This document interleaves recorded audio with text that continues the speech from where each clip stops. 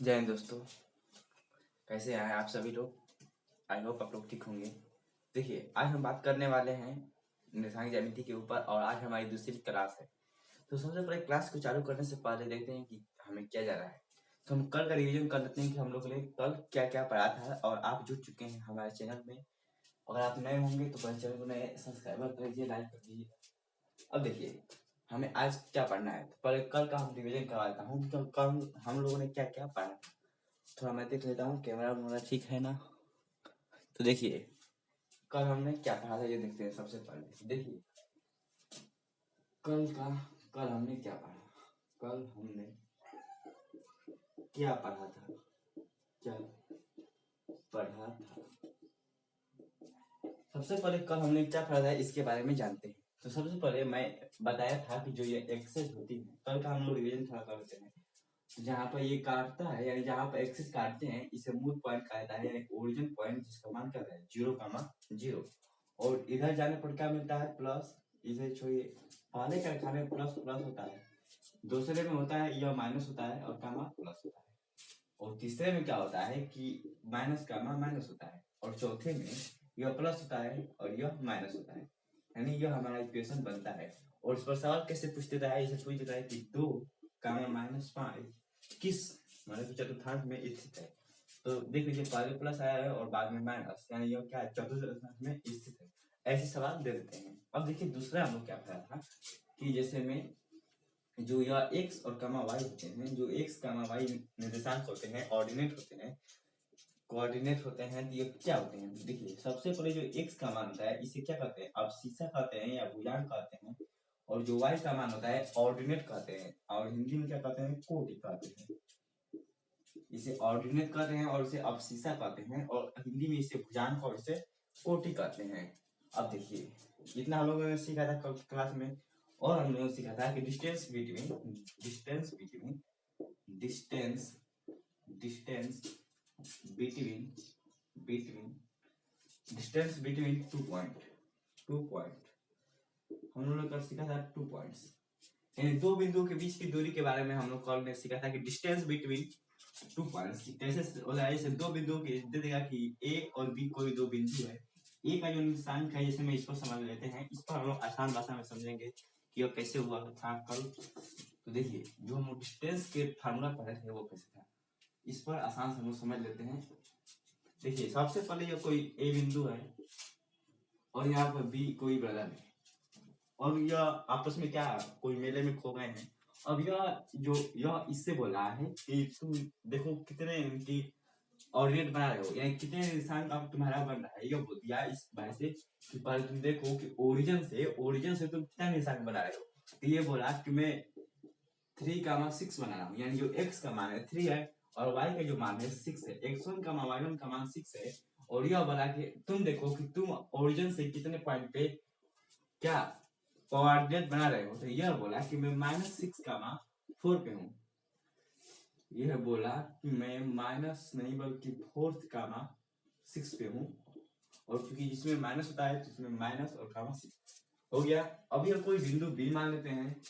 अब जो पूछ देगा कि हमारे बीच की दूरी ज्ञात करनी है, इन दोनों के बीच क्या दूरी ज्ञात करनी है, तो इसके लिए मैं कल क्या फार्मूला बताया था, यानी ए बी के बीच की दूरी, the distance between A B क्या हो जाएगा, रूट में x2 माइनस x1 का वर्ग प्लस y2 माइनस y1 का वर्ग, ये हमने कल जाना था। जैसे x2 का मान यह x2 का है और यह y2 का है। x2 का मान क्या दिया है, रूट में 4 माइनस के 3 यानी प्लस के 3 का वर्ग प्लस y2 का जो मान दिया था वह 6 दिया था, माइनस y1 का वर्ग 6 दिया है वर्ग, यानी जो हमारा मान आया था, यानी रूट में सस्ते 49 4 3 7 7 का वर्ग 49, और इसका मान क्या बनेगा 0 बन जाएगा, यानी 6 में से चल गया 0, तो जो बाहर है यानी 7 यूनिट, जो 7 यूनिट्स होगा यही इसका क्या मात्रक होगा।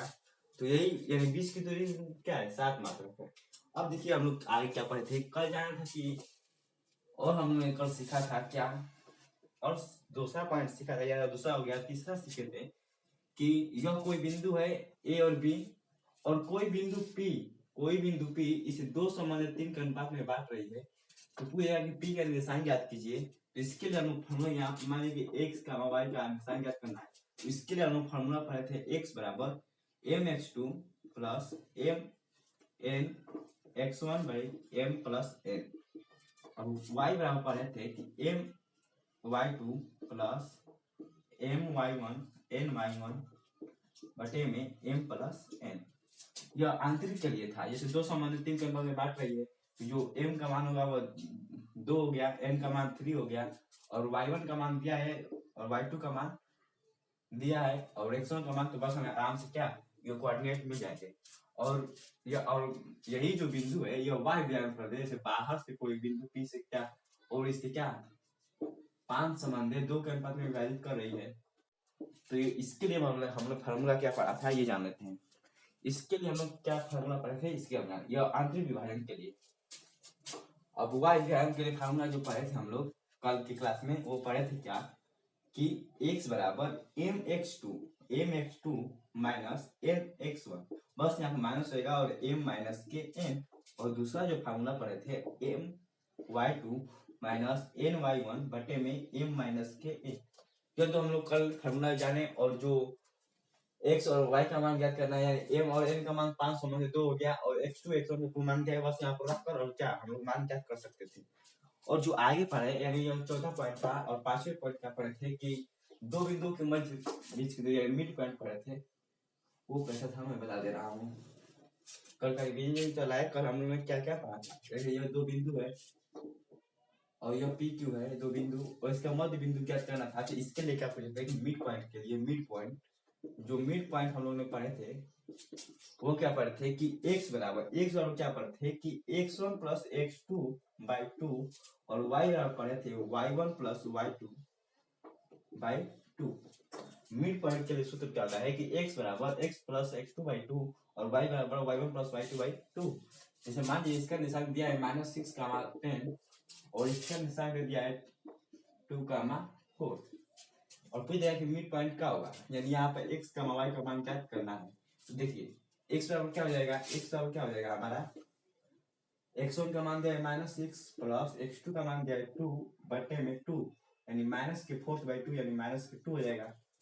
अब y का मान ज्ञात करना है, तो y का मान के लिए क्या हो जाएगा, y1 जो दिया है वो दिया है 10 और y2 क्या दिया है 4 और y2 हो जाएगा, यानी 7 हमारा क्या आंसर हो जाएगा। यानी जो मिड पॉइंट होगा -2 का क्या होगा -2, 7, यही हमारा क्या होगा आंसर। अब आज की क्लास में क्या पढ़ेंगे ये हम लोग जानते हैं। अब आज की क्लास में हम लोग क्लास को शुरू करते हैं। तुझे मुझको बता क्या करो क्या करो।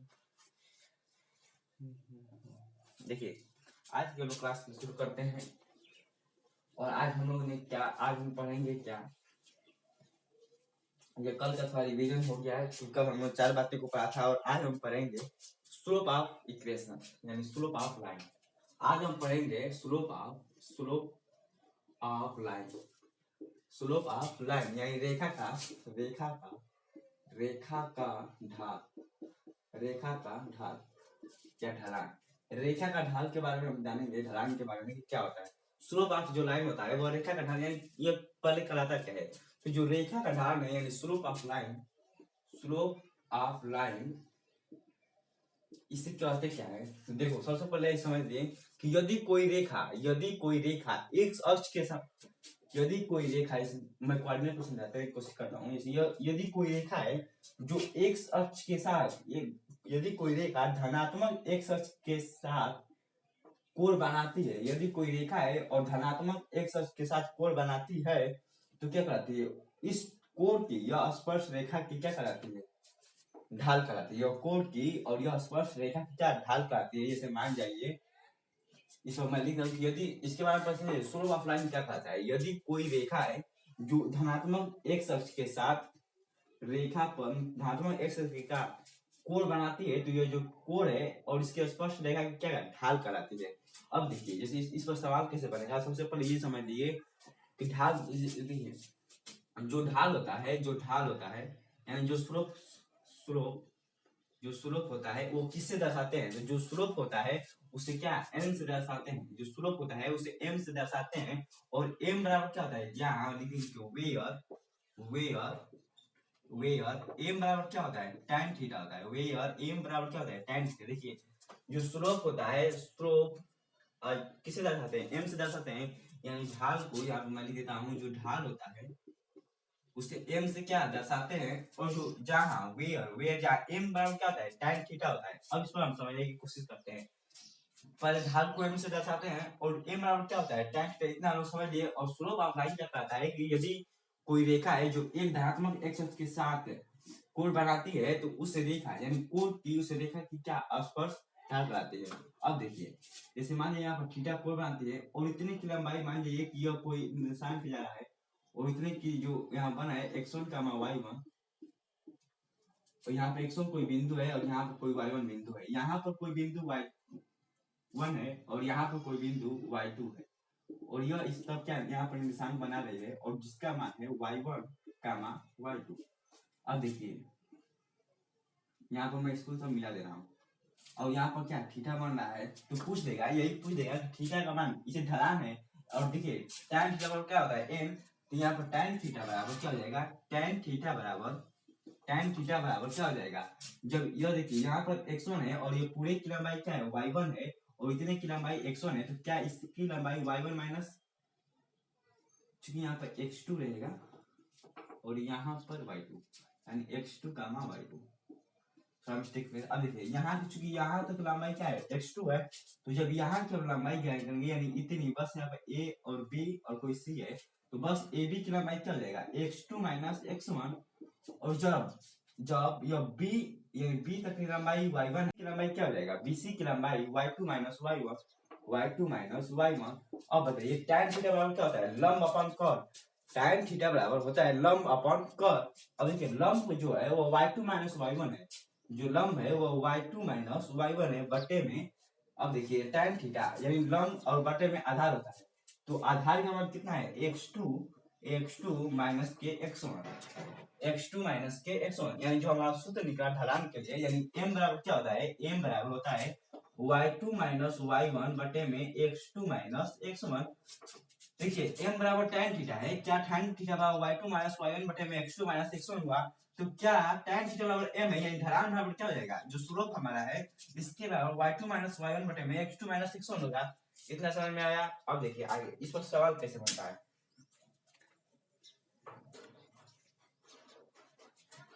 अब देखिए सवाल इस पर कैसे बनता है, सूत्र तो आप लोग जान चुके हैं। अब इस पर सवाल देखते हैं।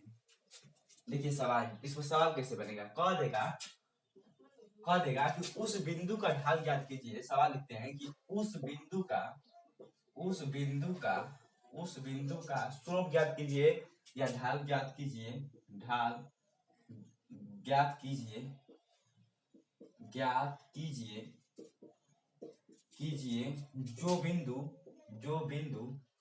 जो बिंदु -3, 2 और 4, 5 से गुजरती है। देखिए क्या कर रहा है, कह रहा है उस बिंदु का ढाल ज्ञात कीजिए जो बिंदु -3, 2 और 4, 5 से क्या गुजरती है। जैसे मान लो यहाँ पर x1 का मान क्या है, x1 और y1 का जो मान दिया है, x1 का मान -3, और जो y1 का मान दिया है वो 2 दिया है। अब देखिए x2 y2 का जो मान दिया है, x2 का मान क्या दिया है, 4 दिया है, तो 4 और y2 का जो मान दिया है वो 5 दिया है। और कहा है कि इसका ढाल ज्ञात कीजिए, यानी m का मान हमें क्या ज्ञात करना है। तो m बराबर अभी उन्होंने पढ़ा है, m बराबर क्या होता है, y2 माइनस y1 बटे में x2 माइनस x1। y2 का मान कितना दिया है, 5 दिया है, माइनस y1 का जो मान है वो 2 दिया है, बट्टे में x2 का जो मान है वो -3 है और माइनस के x1 का जो मान है, x2 का मान है, x2 का मान 4 दिया है और माइनस के 3 है तो प्लस के 3 हो जाएगा, यानी 5 माइनस के 2 क्या जाएगा 3, और बटे में यहाँ पर माइनस है तो प्लस 7, यानी जो हमारा ढलान होगा यानी m बराबर क्या आएगा 3/7। यानी पूछ रहा है कि उस बिंदु का ढाल ज्ञात कीजिए जो बिंदु -3, 2 और 4, 5 से क्या गुजरती है। तो इसका जो ढाल होगा वो कितना है, m बराबर 3/7 हो जाएगा। अब आगे इसको सवाल देखते हैं। कम से कम 3-4 सवाल एक पर देख लेते हैं। अब देखिए जैसे दूसरा सवाल जैसे बन सकता है, कह देगा कि उस बिंदु का ढाल ज्ञात कीजिए, ढाल ज्ञात कीजिए जो बिंदु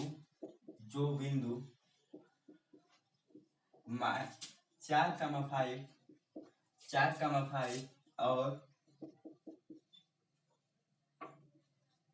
2,6 से क्या गुजरती है,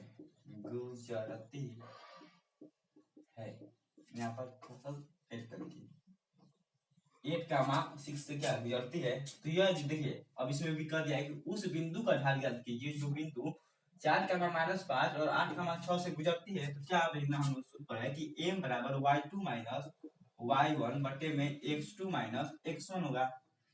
और तो m बराबर क्या हो जाएगा, y2 का मान जो दिया है वो 8,6 दिया है, 6 माइनस y1 का मान -5 प्लस 5 हो जाएगा, x2 का मान 8 दिया है माइनस x1 का मान 4 दिया है। जो हमारा इक्वेशन बनेगा यानी 8/4 यानी जो m का मान आएगा वो 8/4 यानी m बराबर कितना आएगा 11/4। यानी इस पर आप लोग सवाल क्या हल कर सकते हैं। इसमें इस पर बस ऐसे ही सवाल बनते हैं जैसे कि उस बिंदु का ढाल ज्ञात कीजिए जो बिंदु इतने से क्या गुजरती है।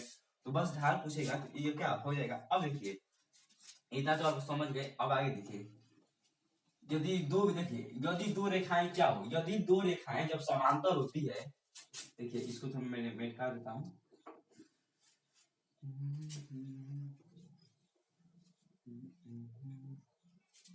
यदि दो रेखाएं जब समांतर होती है, यानी जब दो रेखाएं समांतर होती है, दो रेखाएं क्या है समांतर है, तो जो इनके ढाल होते हैं यानी m1 बराबर होता है क्या m2 के। जो इनके ढाल होते हैं वो क्या होते हैं बराबर होते हैं। इसको मैं लिख दे रहा हूं कि यदि लिखिए ये क्वेश्चन लिखिए, ये क्वेश्चन है या क्या कंसेप्ट समझे जो बात है। इसे पारा जो है लिख सकते हैं कि यदि लिखेंगे कि यदि दो रेखाएं यदि दो रेखाएं समांतर होती हैं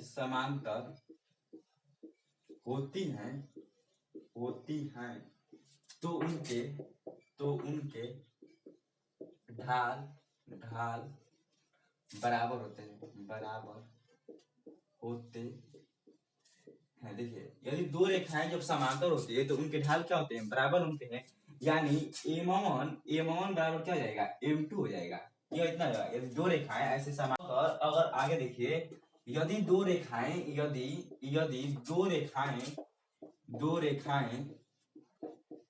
लंबवत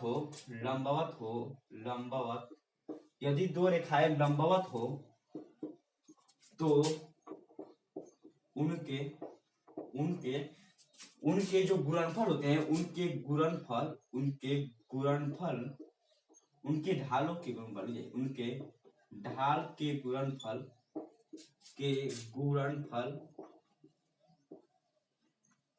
-1 हो जाता है।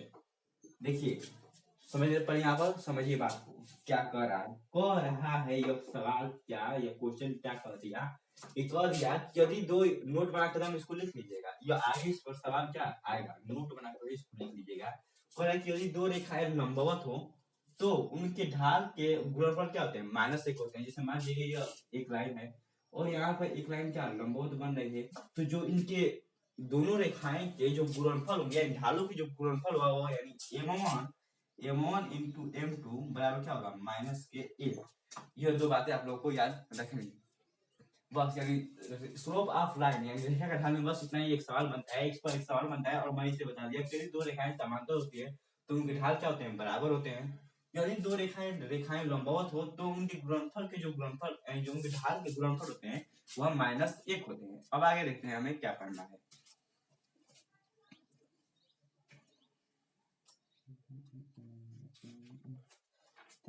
जिसको नहीं पता है वो जल्दी उतार लो इसके बारे में।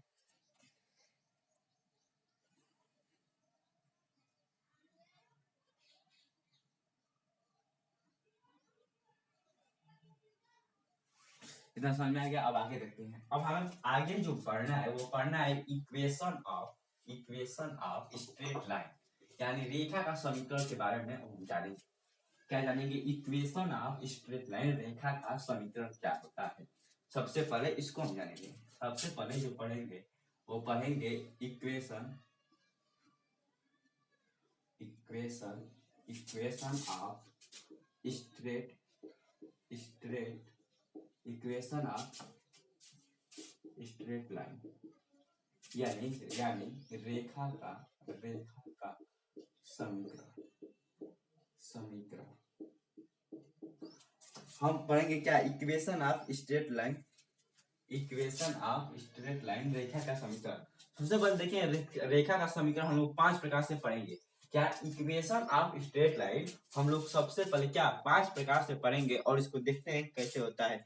सबसे जो पहला होता है स्लोप इंटरसेप्ट। पहला पढ़ेंगे स्लोप इंटरसेप्ट फार। पहले पढ़ेंगे स्लोप इंटरसेप्ट यानी हल का आंतरिक क्या पढ़ेंगे। दूसरा जो पढ़ेंगे हम लोग, दूसरा जो पढ़ना है वो पढ़ना है कि पॉइंट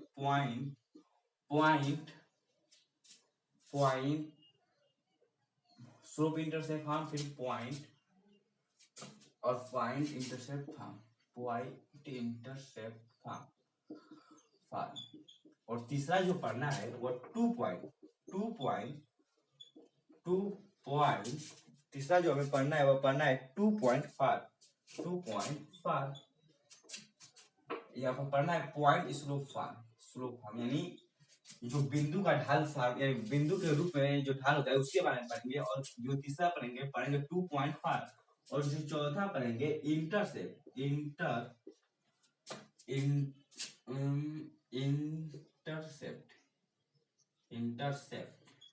यहाँ पे इक्वेशन में गलती लिखा था, इंटरसेप्ट होता है इंटरसेप्ट फॉर्म।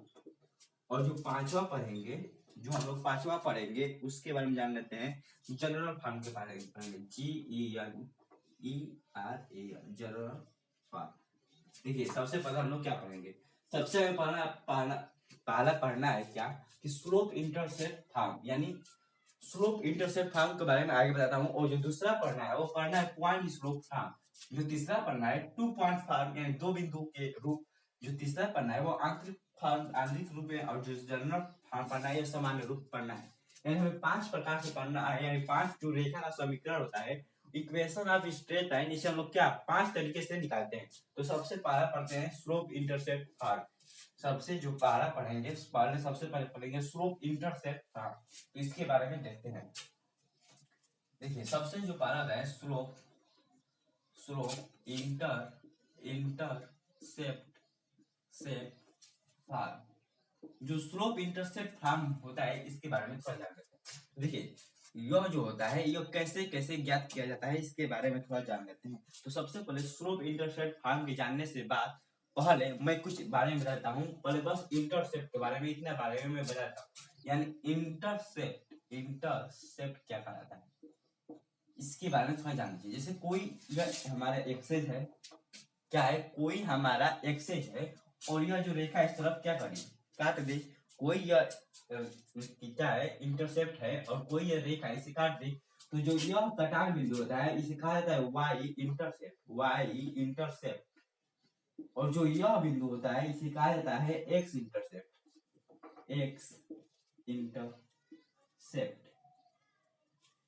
जो यह होता है यह एक्स इंटरसेप्ट और यह वाई इंटरसेप्ट। यहाँ पर देखिए इतने का मान, यानी जो यह लंबाई होती है यानी रूट में एक्स और वाई होती है, इतना हमें जानना है। जो इंटरसेप्ट यानी वाई इंटरसेप्ट और एक्स इंटरसेप्ट, इसकी जो मूल बिंदु से लंबाई वाई है और मूल बिंदु से जो ओरिजिन पॉइंट है इसकी लंबाई एक्स है। तो जो यह पूरे की लंबाई यानी रेखा की जो लंबाई इतनी है यह क्या है रूट में एक्स वाई।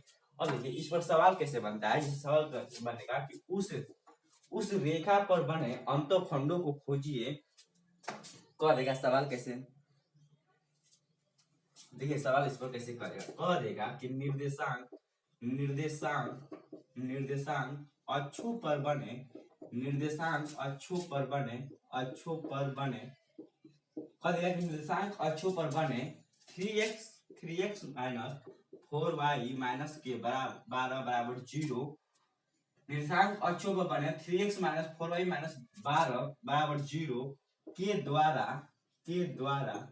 बनाए गए अंत अंत खंडों को खोजे खोजे।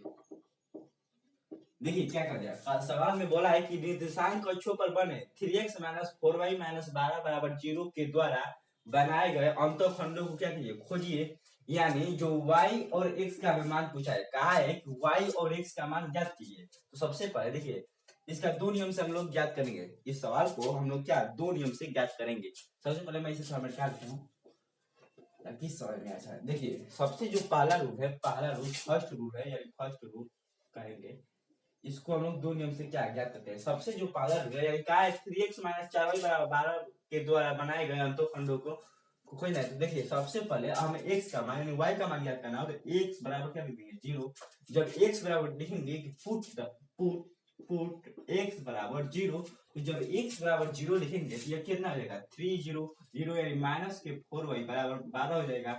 इसके मान 0 हो जाएगा या ये उधर जाएगा तो क्या हो जाएगा 12, और जो माइनस के 4 यानी y का मान कितना जाएगा 4 3 12 यानी माइनस के 3 आ जाएगा। अब देखिए अब x का मान ज्ञात करने के लिए क्या करेंगे, पुट y बराबर 0।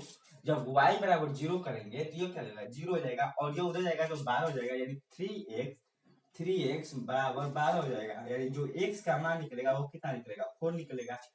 y का मान -3 और x का मान 4। यही हमसे पूछा था कि निर्देशांक अक्षों पर बने 3x माइनस 4y माइनस 12 बराबर 0 के द्वारा बनाए गए अंतःखंडों को क्या करिए, खोजिए। तो जो हमें बस पूछा है कि x और y को मान ज्ञात करना है, तो y का मान -3 हो गया और x का मान कितना हो गया 4 हो गया। अब देखिए एक और सवाल पर मैं दे रहा हूँ। अब देखिए दूसरा रूल, इसका दूसरा रूल समझ लीजिए। और दूसरा रूल जो समझना है, देखिए दूसरा रूल सेकेंड रूल क्या होता है, सेकेंड रूल क्या होता है इसको देखिए। सेकेंड जो रूल होता है सबसे पहले ये समझिए। देखिए ये क्या है 3x माइनस 4y, उससे इसे परसेंट करेंगे तो क्या होगा 12। अब सम में क्या कीजिए 12 से भाग दे दीजिए। सम में जब 12 से भाग देंगे तो ये क्या हो जाएगा x/4 माइनस ये हो जाएगा y/3 और ये क्या हो जाएगा x। यानी जो x का मान आएगा वो 4 आ जाएगा और जो y का मान आएगा वो -3 आ जाएगा। यानी ऐसे में हम लोग क्या करेंगे आंसर निकाल सकते हैं, और यह भी एक रूल है। दोनों रूल क्या है आसानी है। तो इस पर भी हम लोग का क्या सवाल निकल जाएगा और इस पर भी क्या सवाल निकल जाएगा। हम लोगों ने दो रूल तक पढ़ा कि पुट अगर x का मान 0 रख देंगे तो इसका भी वैल्यू आएगा, और y का मान रखेंगे तो x का मान 0 आएगा। जब दूसरा पढ़े कि जो इक्वेशन है उसमें सभी से क्या जो बराबर वाले बाद में जो इक्वेशन है इससे 12 से जब भाग दे देंगे तो x और y का क्या मान निकल जाएगा। और इस पर आगे सवाल देखते हैं। तुम मुझको बता क्या करूं क्या करूं। देखिए आगे सवाल देखते हैं। इस पर एक और सवाल कैसे बन सकता है, देखिए कह देगा कि निर्देशांक अक्षों पर बने, कह देगा दूसरा इस पर एक सवाल जैसे एक और बन सकता है इस पर सवाल कि निर्देशांक अक्षों पर बने, निर्देशांक अक्षों पर बने, अक्षों पर बने 2x माइनस के 4y 2x माइनस के 4y माइनस के बराबर 12 बराबर 0 के द्वारा बनाए गए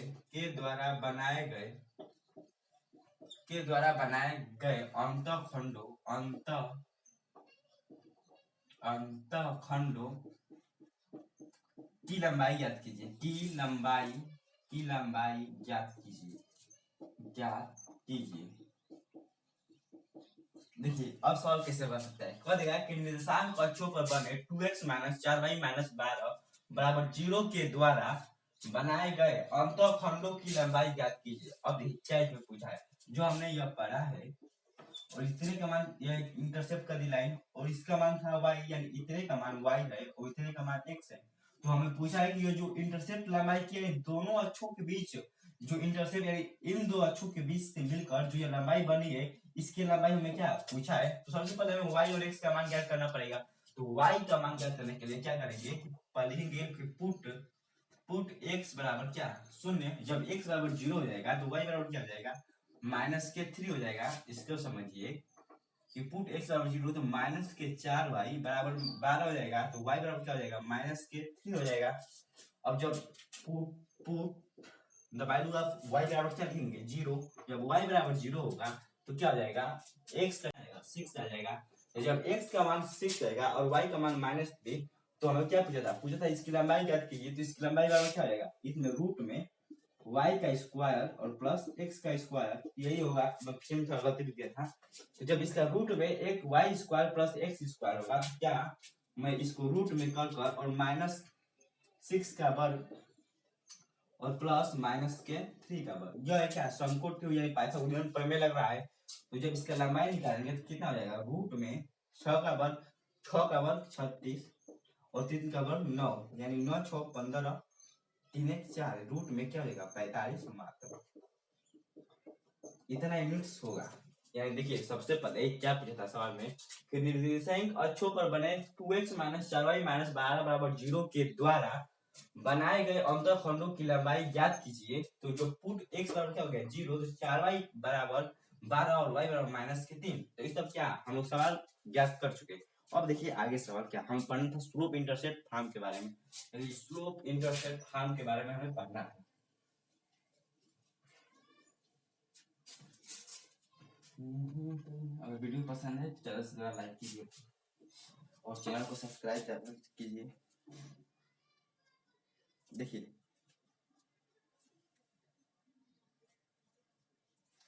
इसको क्या कहते हैं, स्लोप इंटरसेप्ट फॉर्म। देखिए स्लोप जो इंटरसेप्ट फॉर्म होता है इसे कैसे ज्ञात करेंगे। जैसे देखिए यह कहता है कि यदि किसी सीधी रेखा का समीकरण, यदि किसी सीधी रेखा का ढलान m हो, कह देगा कि यदि किसी सीधी रेखा का ढलान m हो, क्या कहेगा यदि सीधी रेखा का समीकरण जिसका ढलान क्या है m है और y प्रतिशत क्या है c है, क्या कह रहा है यह कहता है यह स्लोप इंटरसेप्ट फॉर्म है। यह कहता है कि यदि सीधी रेखा का समीकरण, यदि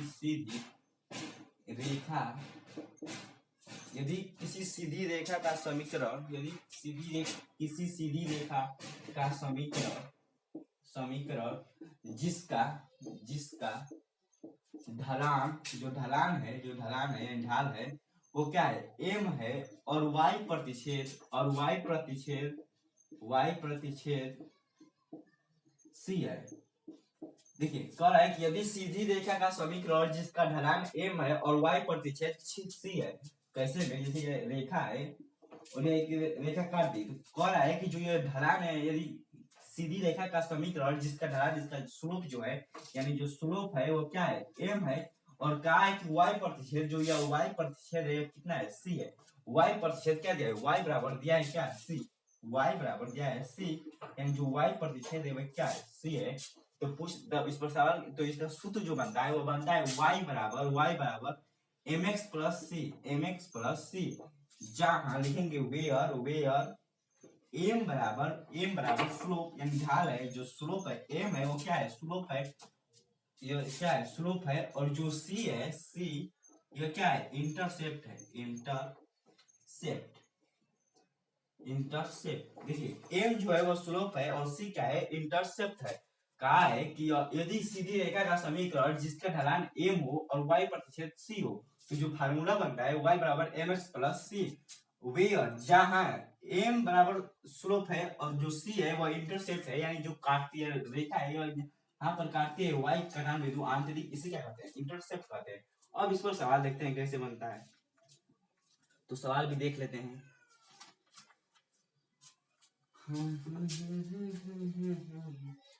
देखिए सवाल कैसे इस पर बनता है, हमको लगता है कि आज यही पढ़ पाएंगे और नेक्स्ट वीडियो में हम लोग दूसरे बारे में जानेंगे, यानी पॉइंट स्लोप फॉर्म के बारे में जानेंगे। तो सबसे पहले इस पर सवाल देख लेते हैं। तो जो इस पर सवाल बनता है वो कैसे बनेगा, कह देगा कि उस सीधी रेखा का समीकरण ज्ञात कीजिए। इस पर सवाल कैसे बनेगा कि उस रेखा का समीकरण ज्ञात कीजिए, उस रेखा का समीकरण उस रेखा का समीकरण ज्ञात कीजिए जो बिंदु नहीं उस रेखा का समीकरण ज्ञात कीजिए जिसका ढलान हम ढलान के बाद स्लोप इंटरसेप्ट फॉर्म के ऊपर है, तो कह रहा है कि जिसका ढलान यानी जिसका ढाल जो है वो जिसका ढाल है वो दिया है कितना 3/2, जिसका ढाल 3/2 है और कहा है कि और y प्रतिच्छेद माइनस के 6 है। देखिए कहा है कि उस रेखा का समीकरण ज्ञात कीजिए, find the value of equation जिसका ढाल क्या है 3/2 है और y का मान क्या है y प्रतिच्छेद -6 है। तो देखिए इसको हम कैसे ज्ञात करेंगे। कहा है ढाल जो है m का मान जो है वह 3/2 दिया है और जो c का मान है वो दिया है क्या y प्रतिच्छेद -6 है। तो जो सूत्र पढ़े हैं अभी हम लोग कि y बराबर mx प्लस c, y का मान ढाल देते हैं। m का जो मान दिया है वो 3/2 दिया है यानी 3/2x प्लस और जो c है वो -6 है, यहाँ पे -6 हो जाएगा। अब देखिए इसे तीन गुणा कर देते हैं तो क्या हो जाएगा 2y बराबर 3x माइनस के 12। अब देखिए यह आएगा इधर तो 3x इधर बैठे हैं 3x और इधर जाएगा तो माइनस के 2y और माइनस के 12 बराबर 0, यानी जो 0 हमें पूछा था क्या कि उस रेखा का समीकरण ज्ञात कीजिए जिसका ढलान 3/2 है और y प्रतिच्छेद क्या है -6 है। तो जो m का मान है वो -3/2 दिया है बस, और जो c का मान दिया था वो y प्रतिच्छेद -6 दिया था और पूछा था कि क्या इक्वेशन ज्ञात करना था हमें। तो जो इक्वेशन बनेगा वो 3x - 2y - 12 बराबर 0। आगे हम लोग सवाल देखते हैं।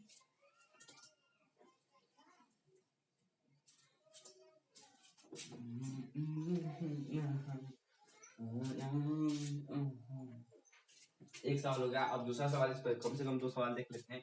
तो जो दूसरा सवाल बनेगा फिर कष्ट का कि उस रेखा का समीकरण ज्ञात कीजिए उस रेखा का समीकरण ज्ञात कीजिए जिसका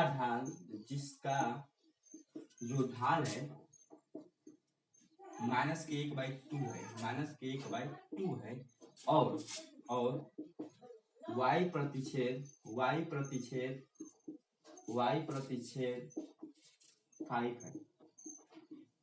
कहा है कि उस रेखा का समीकरण ज्ञात कीजिए जिसका ढाल -1/2 है और y प्रतिशत क्या है 5 है। तो इसके लिए देखिए m बराबर दे दिया है कितना -1/2 और c का मान दिया है 5। तो इक्वेशन यानी जो इसका सूत्र होता है वो होता है y बराबर mx c और y बराबर क्या हो जाएगा m का मान दिया है -1/2 x प्लस जो c का मान दिया है वो 5 दिया है यानी 2y बराबर -x प्लस के 10 इतना आ जाएगा। अब देखिए 2 यह इधर आएगा तो x हो जाएगा, इधर प्लस के 2y है और इधर 10 आएगा तो माइनस के 10 बराबर 0, यानी जो हमारा इक्वेशन बनेगा यानी x प्लस 2y माइनस के 10 बराबर 0। उस रेखा का समीकरण ज्ञात कीजिए जिसका ढाल -1/2 है और y प्रतिशत 5 है। तो जो हमारा इक्वेशन बनेगा यानी m बराबर -1/2 और c बराबर क्या आएगा 5, तो y बराबर mx प्लस c और y बराबर होता है -1/2x और प्लस 5, जो इक्वेशन हमारा बना है 2x प्लस 2y माइनस 10 बराबर 0। अब आगे देखते हैं सवाल भाई। तो आज के लिए इतना ही रहने देते हैं और नेक्स्ट वीडियो में हम जानेंगे कि नेक्स्ट वीडियो में हम पढ़ेंगे पॉइंट स्लोप फार्म और 2 पॉइंट फार्म, इंटरसेप्ट फार्म और जनरल फार्म के बारे में नेक्स्ट वीडियो में क्या जानेंगे, point slope form, 2 point form और इंटरसेप्ट फार्म और जनरल फार्म के बारे में और आगे वीडियो में हम जानेंगे। और आज के लिए इतना ही रहने देते हैं। तो अगर वीडियो पसंद आई हो तो लाइक सब्सक्राइब कीजिए। धन्यवाद।